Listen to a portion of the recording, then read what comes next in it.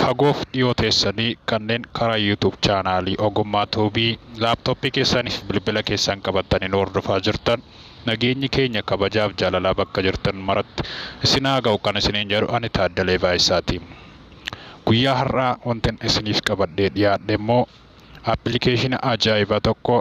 Appilikeeshiniin kun namooti baay'een kan beektan namoonni baay'een kan irraa fayyadamaa jirtan jechuudha. Keessumaa yuutuubarootaaf baay'ee kan gargaaru jalqaba viidiyoo keenya yookiin intiroo baay'ee babbareedaa qabatee kan jiru appilikeeshinii baay'ee ajaa'iba ta'een isiniif qabadhee jira. Maarreegaan namoonni YouTube chaanaala keenyaaf haarawaa taatan chaanaala keenya subscribe gochuudhaan maatii chaanaala keenya ogummaa tuubii ta'aa isiniin jenna. Kallattumaan gara viidiyootti isin dabarsaa.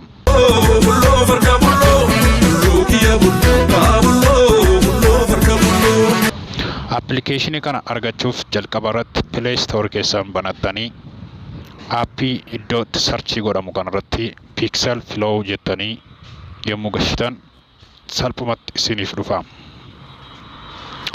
Pixel Flow.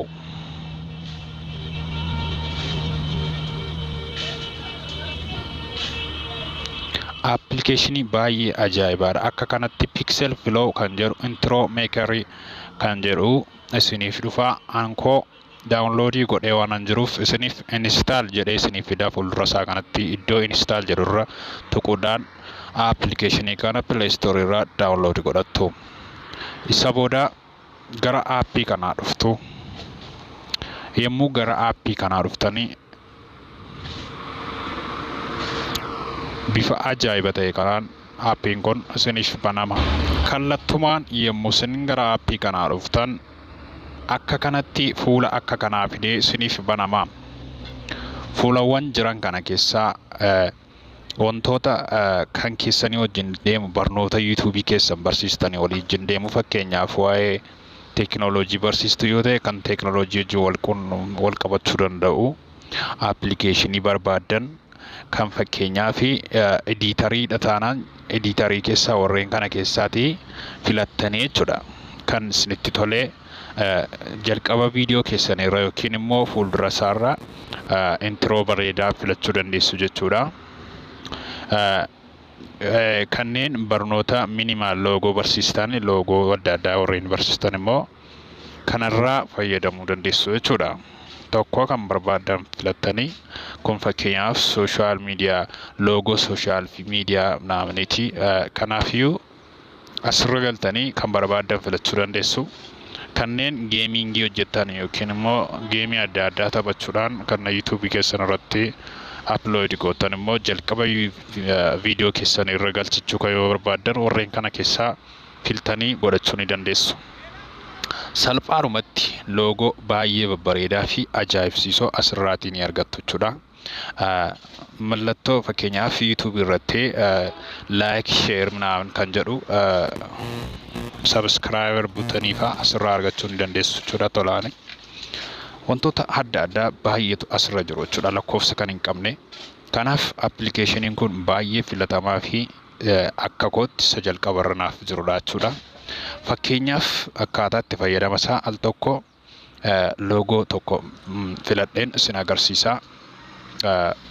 Sirriitti yoo hordoftan steepii kana yoo ilaaltanii bu'a qabeessa taatu jedheetan amanaa jechuudha. Fakkeenyaaf loogoo kana haa filadhu. Asirratti use iddoo jettu kana tuqxanii kana fudhachuu ni dandeessu jechuudha. Viidiyoo xiqqaa kana fudhattanii amma daawunlood gochaa viidiyoo baakgiraawundii qofaatti daawunlood godha, audio qofaatti daawunlood godha, foontii yookiin immoo boca barreeffama keenyaa asirratti qofaatti daawunlood godha. Sadansaa ergi daawunlood godhee xumuree booda yoo barbaadan audio kan mataa keessanii qopheessitanii itti jijjiiruu ni dandeessu. Sinan agarsiisa. Appilikeeshinii kana baay'een jaalladhe. Isinis akkasin jaallattan abdiin qaba. Amma xumura viidiyoo keenyaatti hordofaa.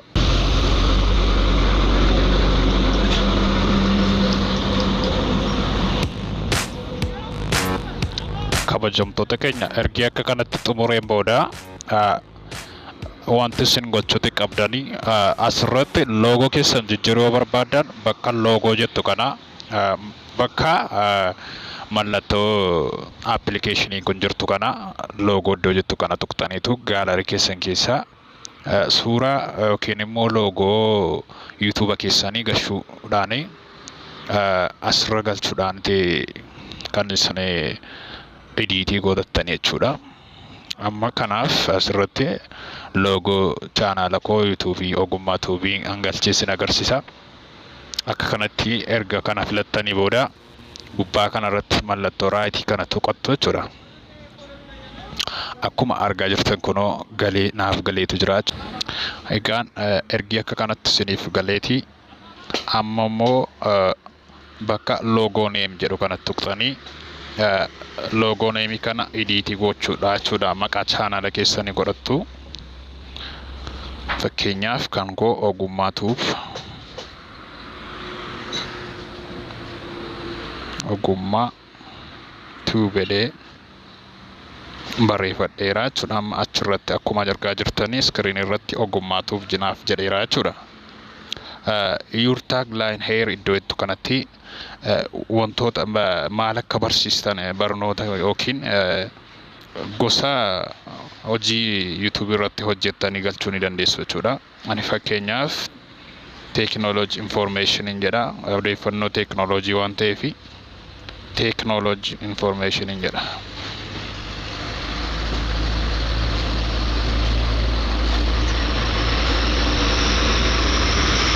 Info jedhee gasheera technology info jedhee achirratti naaf barreesseera jechuudha. Akkuma argaa jirtanii kalara adda addaa yookiin bifa halluu kanaa jechuudha jijjiiruu ni dandeessu. Fakkeenyaaf halluu kana karaa kan biraatti jijjiiruu iskiriin irraa akkuma argaa jirtan iskiriin irraati akka soliif gadi deemsisuudhaan halluu isaa jijjiiruu ni dandeessu jechuudha.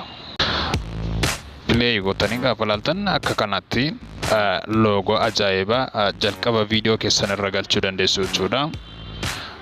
Erga akkana godhannee booda yoo barbaadan audio isaa jijjiiruu ni dandeessu. Audio iddoo jettu kana tuquudhaan karaa gadii kana audio iddoo jettu kana tuquu dandeessu. Immoo audio iddoo jettu kana tuqxanii kallattumaan gara kana sin fida. Yommuu gara kana sin fidutti audio keessan itti jijjiiruu ni dandeessu jechuudha. X kan tuqxanii X iddoo jettu tuqxanii yoo gana download gochuu barbaadan download from library iddoo jettu kana tuqxanii haaraa download gochuu ni dandeessu jechuudha. Yoo immoo faayila keessan keessaatii qabaattanii qopheeffattanii faayila keessan tuqxanii as keessaatii fakkeenyaaf yoo saangee taa'uun kan jedhu fakkeenya yoo fudhadhe qixa kuttanii qixa isin barbaachisu duwwaa fudhachuu ni dandeessu jechuudha. Sekoondii isaa ofii isaa isinii godhaeera. Qixa isin barbaachisu qofaa fayyadamuu ni dandeessa. Akkuma argitan ani qixa kana kutee fakkeenyaaf naaf ta'a jedheera. Gara kanatti deebi'aa jechuudha. Amma ediitii godhadhee xumuradheera waan ta'eef seevii godhadhaa jechuudha. Seevii gochuudhaaf export iddoo jettu kana tuqnaa jechuudha.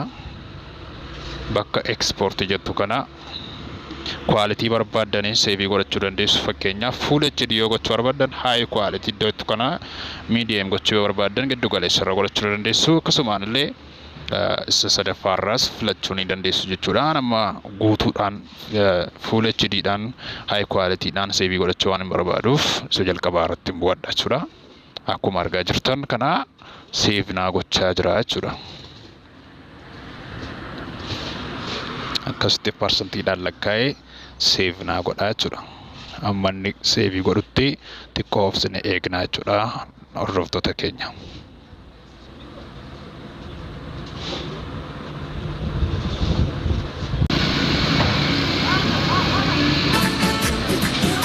Akka kanatti ergi seevii nuuf ta'ee appilikeeshina kana cufnee keessaa ba'uu ni dandeenya jechuudha. Kabajamtoota keenya cufnee ergi keessaa baaneeti gaalara keenya keessa seennee ilaallachuu ni dandeenya jechuudha.